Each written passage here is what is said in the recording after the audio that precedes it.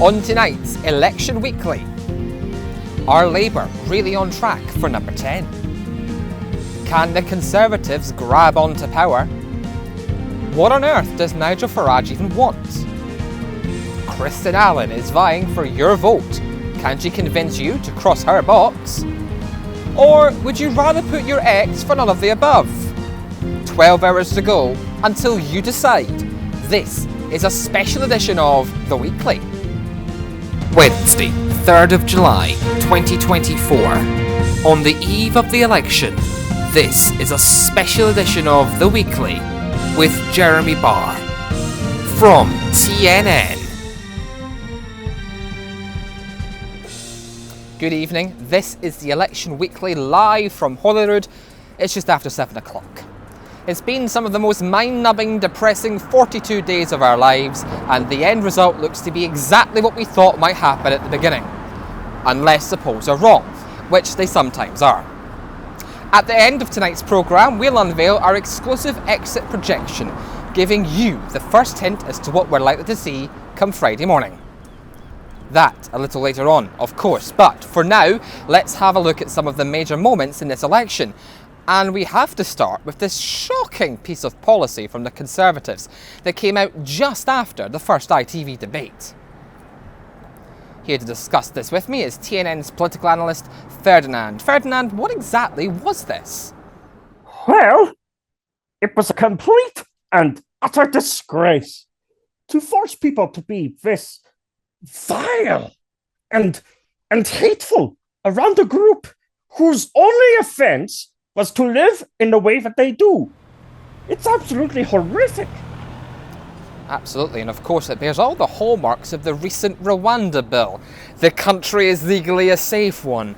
What about all those independent bodies and international courts that have all said Rwanda is categorically unsafe? They want to use the law to spread outright lies? It's a farce, I know. Don't get me wrong. Laws, generally speaking, are quite sensible. You know, don't murder anyone, don't steal. Lots of other ways of saying don't be a jerk. But this is just something else. And then the question is, how do you even enforce this? It's literal damned if you do, damned if you don't. Yeah, I can see a lot of people being caught out. And that's likely to exacerbate the issue with our already crumbling prison and justice system. Well, thank God the Tories just can't win this election. What I find even more interesting, it wasn't even this policy that threw it away from them. Yeah, you couldn't make it up. Some people like the idea of being forced to abuse disabled people on the street when they see one. I know. That's just the Tories for you. Yeah, this country's fucked. Ferdinand, thank you. After the break, we'll examine Labour and tell you about an important change you need to remember when voting tomorrow. See you after this.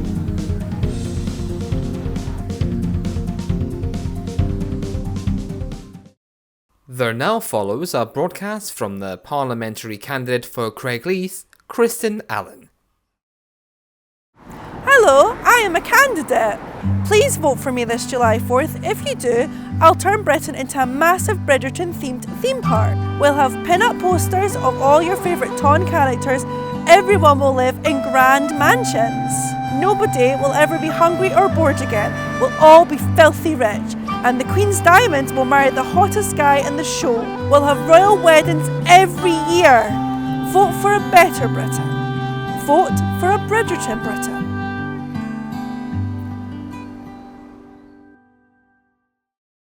That was a parliamentary candidate broadcast from Kristin Allen.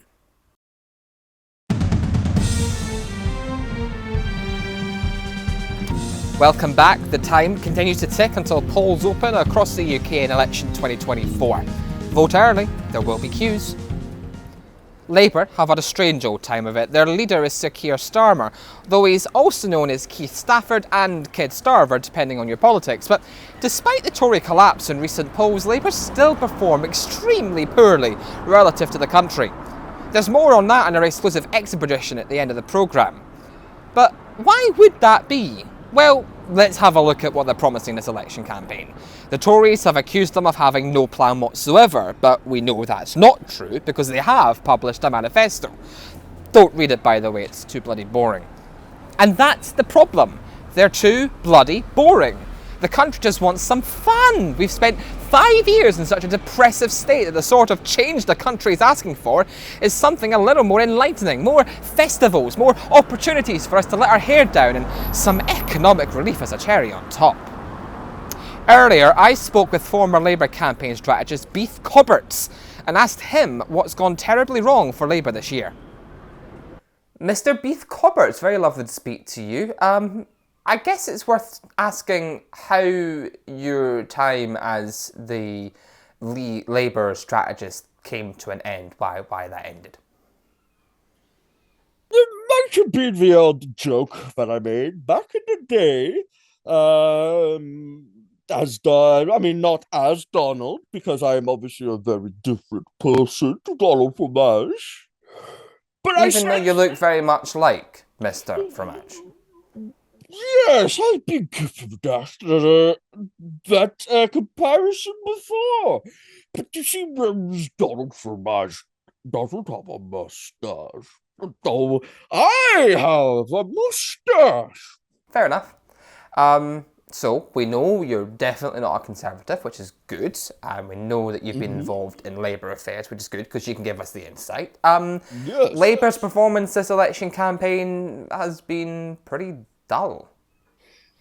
Well, yes, in fair truth, the way that we've organised things in Labour, it's not been very different from our Conservative allies,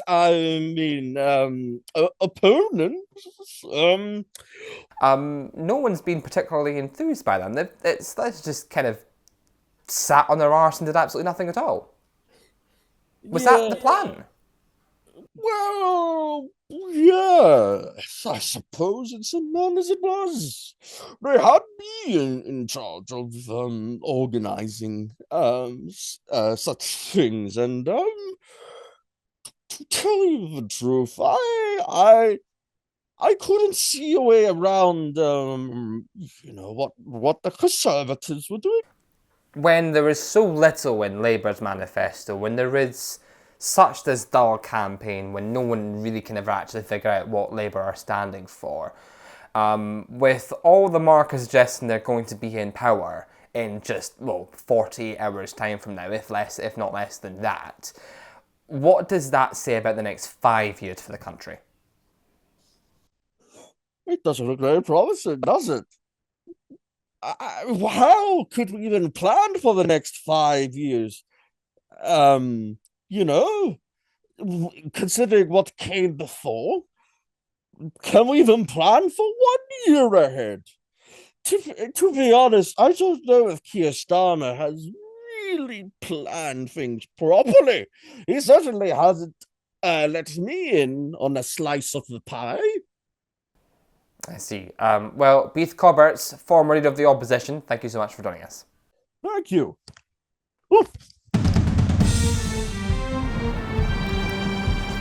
Some news reaching us at CNN, a last-minute ditch by the Tories to secure some final votes has just seen them demand all households have a portrait of Margaret Thatcher in their lounges should they win back power. They've called it the Margaret Thatcher Act, obviously, and random spot checks will be in operation. Those found non-compliant would face up to 14 years in prison under treason law. We'll get more on that as and when we can. Coming up after this short break, we'll analyse the smaller parties in this election who will doubtless have zero political impact, except for the bit where everyone laughs at them for getting 0 seats. See you then.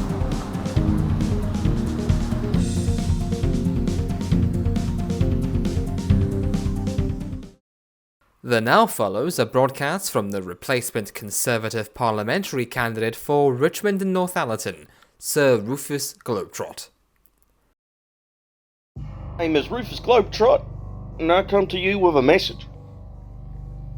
For many years now, I've tried to expose the truth that our governments refuse to share with us. And for too long, my fight has been a rocky terrain to navigate. Until now.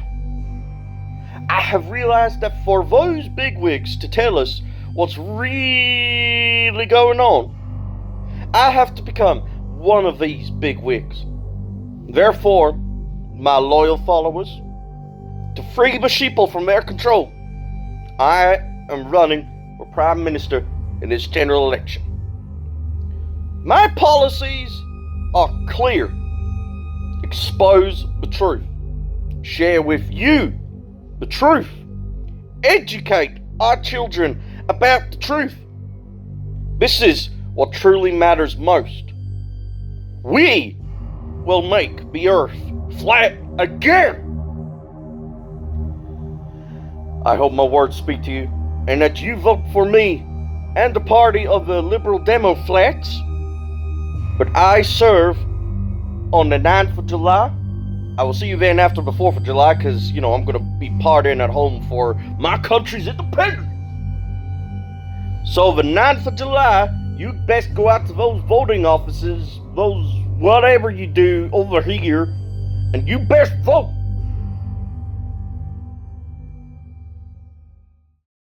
That was a parliamentary candidate broadcast from Sir Rufus Globetrott.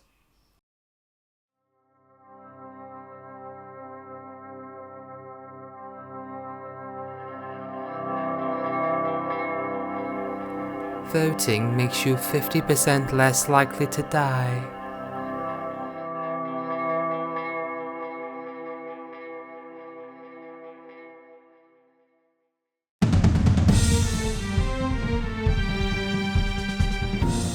Welcome back to the boring bit. Wait, I mean the most exciting moment ever! Because we're going to talk about the Smoler Parties. We'll go yellow first. The SNP have had 4 bitch fights, 16 tantrums, and a campaign event where 17 people got COVID. People don't really like them right now, but at least they aren't fucking hated like the Tories, according to opinion polls at least, so they get a point for that. Personally, I think they're alright, but they need to get their shit together and throw the stupid transphobes out. So that'll be a 5 out of 10. Then there's the Liberal Democrats. They fucked everyone's tuition fees up in 2011, and they're still hated for that, but Davy's actually a hero, so that should help them out. And they've probably had the best overall vibe, actually, because they're like, well, let's go get wet and do other hilarious stunts and shit. And it is really, really wholesome. But we can't really forgive the tuition fees, so it's still a 1 out of 10. The Green Party. Green. Well, they're in favour of trans rights and have decent social policy, like building more houses to bring the overall demand down. But they probably support Just Stop Oil, and they've set the environmental cost back 30 years, so that's not great. And they've also had a few tantrums. In fact, one of them almost brought the entire Scottish government down, which is either really funny or really fucking stupid. But I like them. Okay, 6 out of 10. Reform. Fuck off. Off you fuck. Tally fucking ho. Get the fuck away. Get the fuckity bye. That's it. Yep, keep fucking off. Yep, fuck off back to the sea. Further. Nope, still not fucked off away enough. Keep fucking going.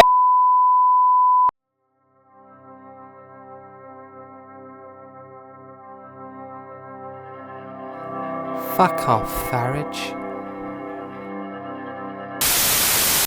The now follows. Fuck off, Farage!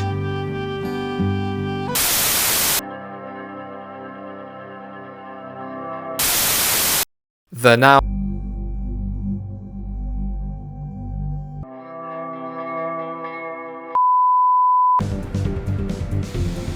Got the message yet?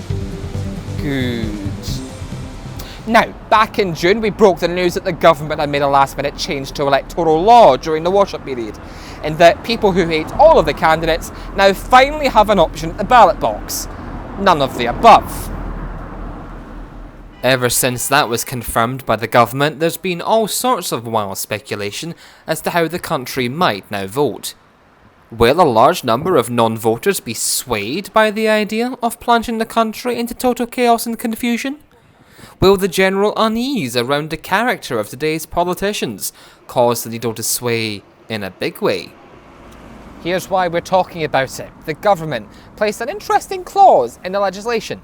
Originally, it was assumed they just wanted a way to record a way for people to register the distrust, but after some legal analysis by TNN, we found it's changed the election in a big way. None of the above could win. The rules dictate that none of the above is treated like a candidate, so if a plurality of votes goes its way, nobody gets elected, and the whole election needs to be rerun with new candidates. Jeremy? Thanks, Jeremy.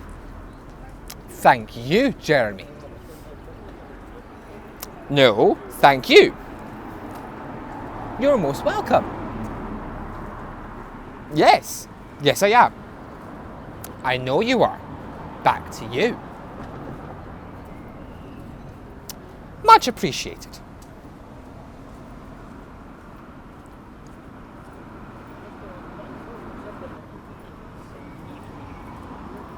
Jeremy?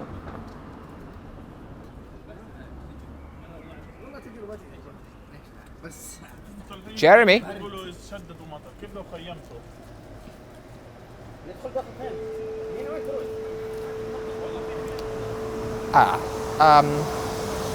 Well, make sure he's all right.